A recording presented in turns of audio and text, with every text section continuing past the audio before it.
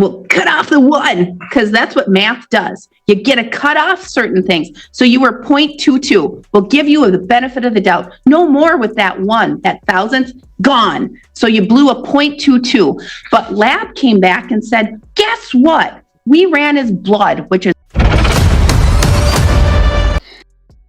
bound to follow any recommendation, and that would include following the IDIP guidelines. Yes. I could sentence you all the way up to the maximum possible penalty, again, if I thought it was warranted. You understand that? Yes. Do you have any questions for your attorney or the court before we proceed?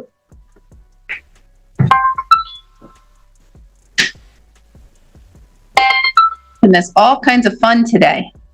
Okay. Sorry about that. All right. So you understand I could sentence you to the maximum penalty?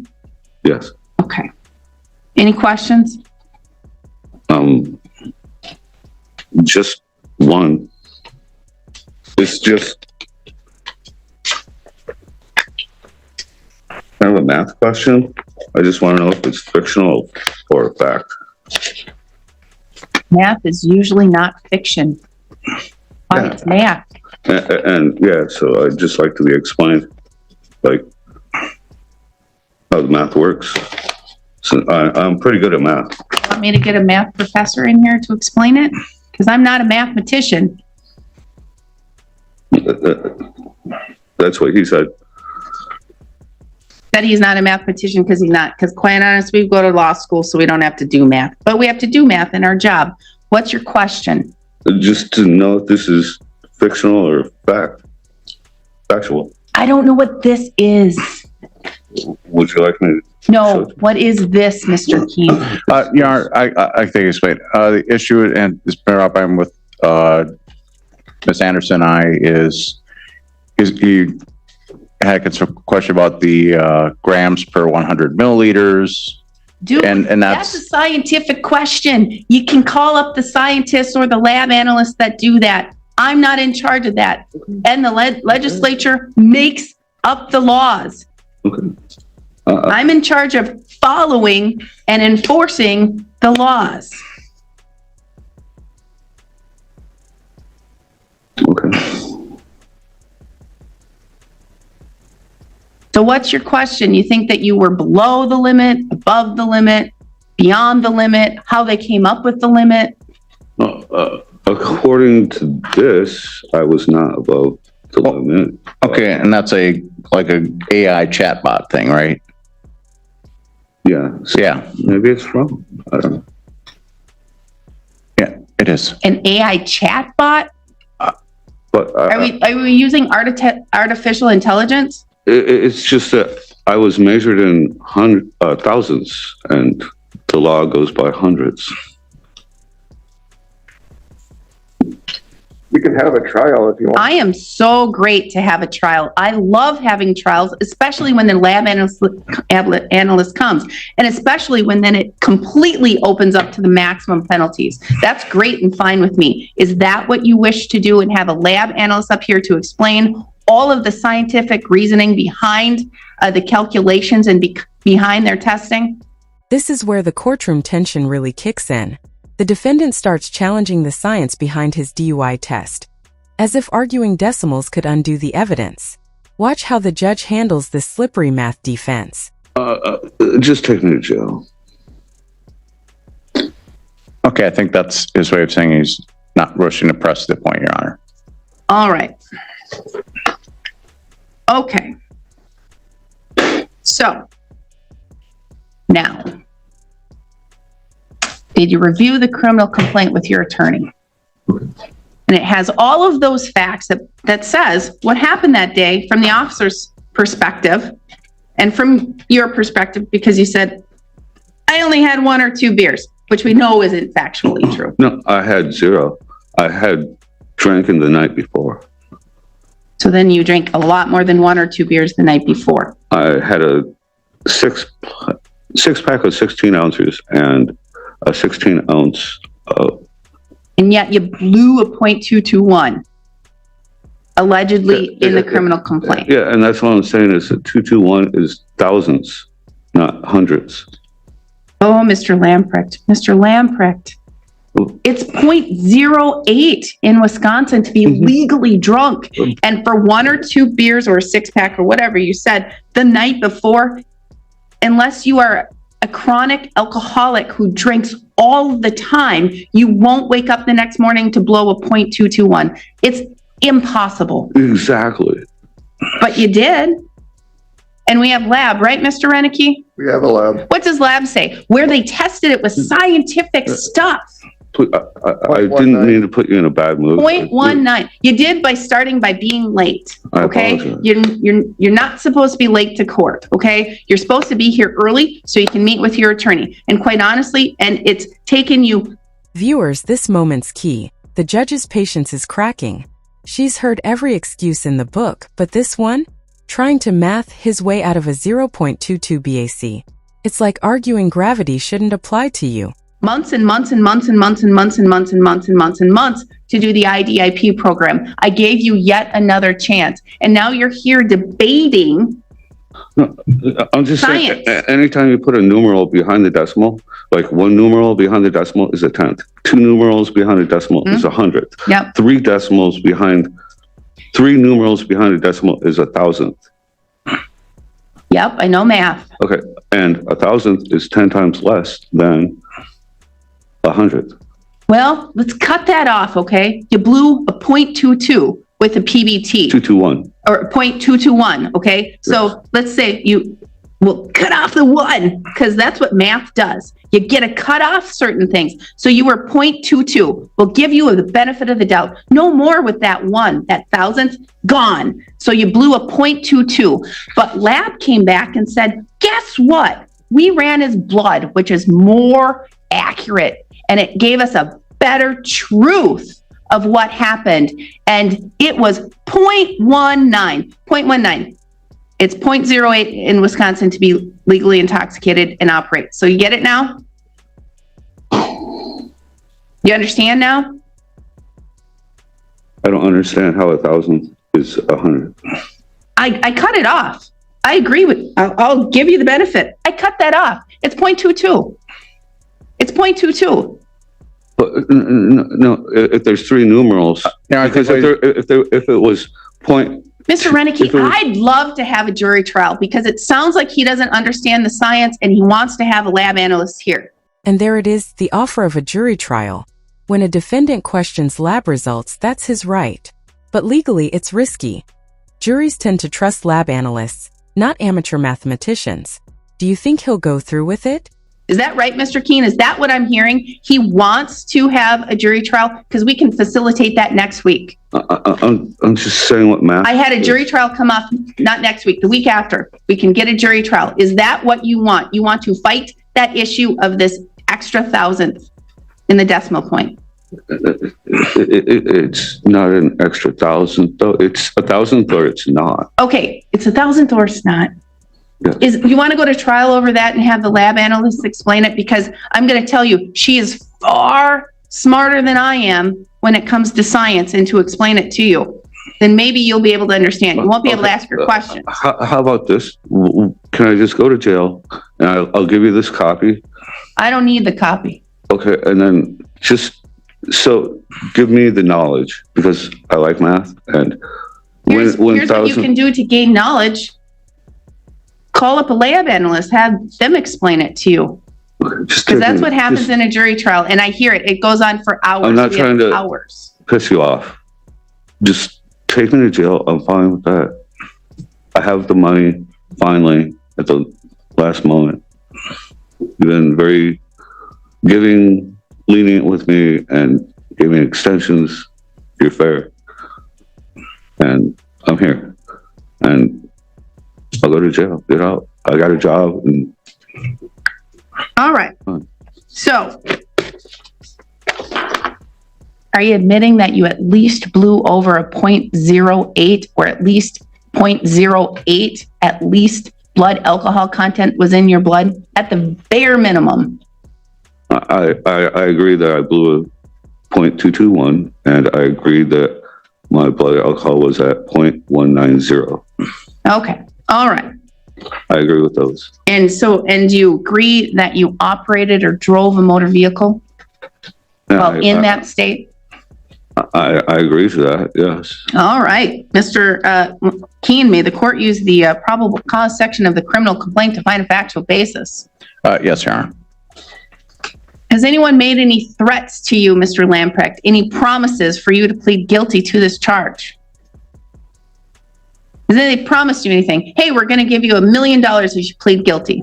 Or we're going to give you some kind of benefit if you plead guilty, other than this offer of guidelines. The only thing that I've been told was that I can get out, keep my job, keep my place, and keep my things. Okay, so that's not a promise. Anyone threaten you anything? I'm going to beat you up. I'm going to take a gun. I'm going to take a knife. None of Anybody threaten to hurt you or anything? None of those. Okay.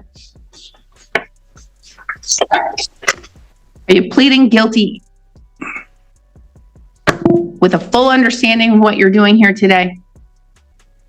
Yes, I'm pleading guilty to blowing a .221 and having a blood alcohol content of 0.190. All right. And you're pleading guilty voluntarily. Yes. Does anyone or are you satisfied with your attorney's services?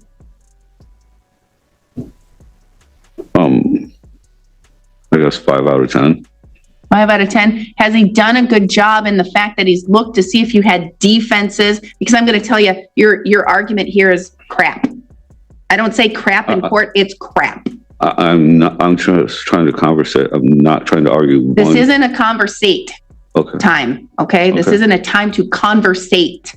Okay. This is a plea and sentencing Okay. in which you showed up to court 18 minutes late. Okay. I forgot my money. I apologize. Has your attorney talked to you about the case? Yes. And has he looked at everything and discussed with you everything that he's seen in discovery? Except for my one question. All right, because he's not a scientist. But he said you can figure that out. Talk to a scientist, right? I don't know any. Mr. Keen, you said that's not a defense, correct? Yeah, and yes, and we have discussed that in basic math and other things along with it extensively. All right. Okay. You have any? No. All right. So, based on this, the OWI third, count 1, how do you wish to plead? Guilty. Court will find your plea of guilt is done knowingly, intelligently, and voluntarily. I'm going to find that you understand your constitutional rights and what it means to waive and give up those rights. I'm going to find a factual basis to accept your plea of guilt. Based on that, I will find you guilty of count 1. Count 2 will be merged and dismissed with count 1. A judgment of conviction will be entered today. Mr. Renicky, argument, please. This is kind of amazing, but in any event, this is an OWI. There was bad driving, but no accident. As the court is aware, it's a .19 BAC. And this is his third OWI. He did complete the IDIP program. He still has to, at least at the time of my letter from Tessa Anderson, he had just dropped off the last $200 to complete the IDIP. But he needs to come up with a down payment for the electronic monitor as well as the booking fee. He was booked and released, so he has not set the 48 hours.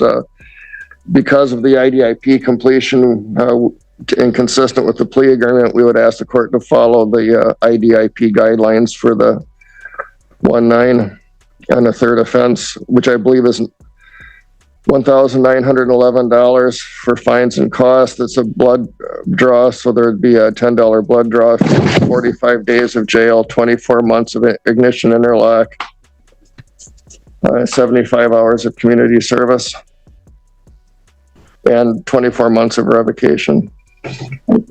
Mr. Keen. Yes, sir. I think this agreement recognizes both that alcohol use is an issue in the community. It has provided some rehabilitation needs because he has done some community service to, deal with the harm to community. Although again, no accidents happened. He was, for the period of the IDIP, which is longer than normally, done by the court by a substantial factor, had to blow into a tube and verify that he was not under the influence of alcohol. He He also, as with an OWI-3, he would have a blood alcohol content restriction of 0.02, which means, Whoa, the judge just snapped. Interrupting a sentencing hearing is a major courtroom taboo. One more word, and contempt of court becomes a real possibility. This is the breaking point of the entire hearing. I'd be careful about even non-alcohol alcohol, because 0.02 is nothing for the next 2 years. And it does have the future deterrence, because any OWIs after this are felonies with a minimum of 1.5 years in the Wisconsin state prison system, because OWI-3 is the last one. It's still considered a misdemeanor. So I think that although it was a painful process to get here, the court should should stick with the agreement, because, it a pain, but Mr. Lamprecht has met the terms of the IDIP, albeit not in the normally prescribed time. The agreement does serve the goals of trying to get pre-sentencing rehabilitation done, and there's substantial deterrence to protect the community's interest because of just the fact that it's an OWI-3 and the ignition interlock provides that for 2 years, plus the substantially greater penalties on any future sentences. So I would ask the court to stick with the agreement despite the, less than beneficial behaviors at times exhibited by Mr. Lamprecht. Thank you, Mr. Lamprecht. Anything you want to add or say to the court?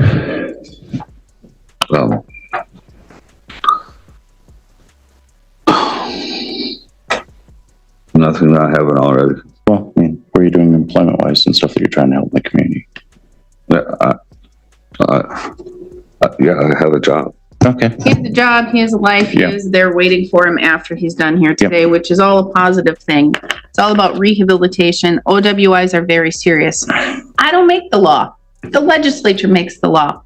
I don't determine the science. The lab analysts who go to school for years and years and years and years and years, the lab analysts, they learn science and they learn how to read scientific data. So they are the smarter ones in the OWI matters. I know the law, I see the law, I read the law, I enforce the law, I ensure that that the community is protected in certain ways. OWI is, again, serious. You're putting yourself at risk, you're putting others at risk.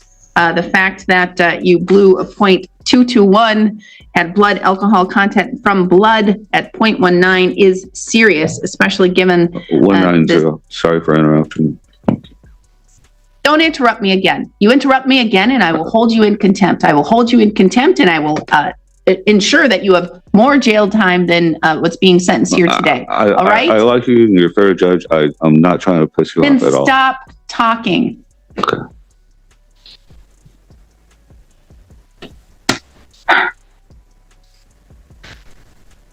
I need to ensure that the public is going to be protected, and that means to ensure that you've learned a lesson, you're rehabilitating, you've done the IDIP program. That's a positive program. It's taking you more than most to do that program, but you've at least completed the program, which is positive. You're going to have the ability to get your license back or get an occupational prior to the end of your revocation. Your attorney is very correct. The next OWI will be a felony. The one after that is mandatory minimum prison sentences. So it's very important that you figured it out now and that you're not going to engage in this type of behavior before or again. What I will do is I will follow the IDIP guidelines. Despite all of the issues in this case, I'm going to follow the IDIP guidelines. I'm going to assess $1,911 in fines and fees with an additional $10 blood draw fee, 45 days in jail, 24 months of ignition interlock device to be placed on any vehicle you drive. Doesn't mean you need to own that vehicle. If you're going to borrow your mother's vehicle to go down the street to the gas station, it must have the IDIP in it, or the the interlock in it, or you may not drive the vehicle.